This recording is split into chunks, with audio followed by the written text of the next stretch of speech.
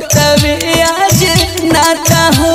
सलोना सिकंदर बड़ी समझैले ये जान आज बुझाता हो।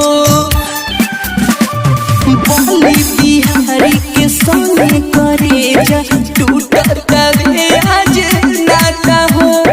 गिज कमल से बड़ी समझैले ये जान आज बुझाता हो। जाके खुश रह प्यार पिया के पाके उठी मोर जाना जा देखी हो ना तू आके ले जा जान ले जा ससुराले दिल ले जा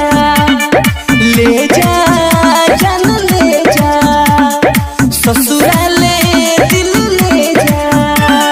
कमलेश रिकॉर्डिंग स्टूडियो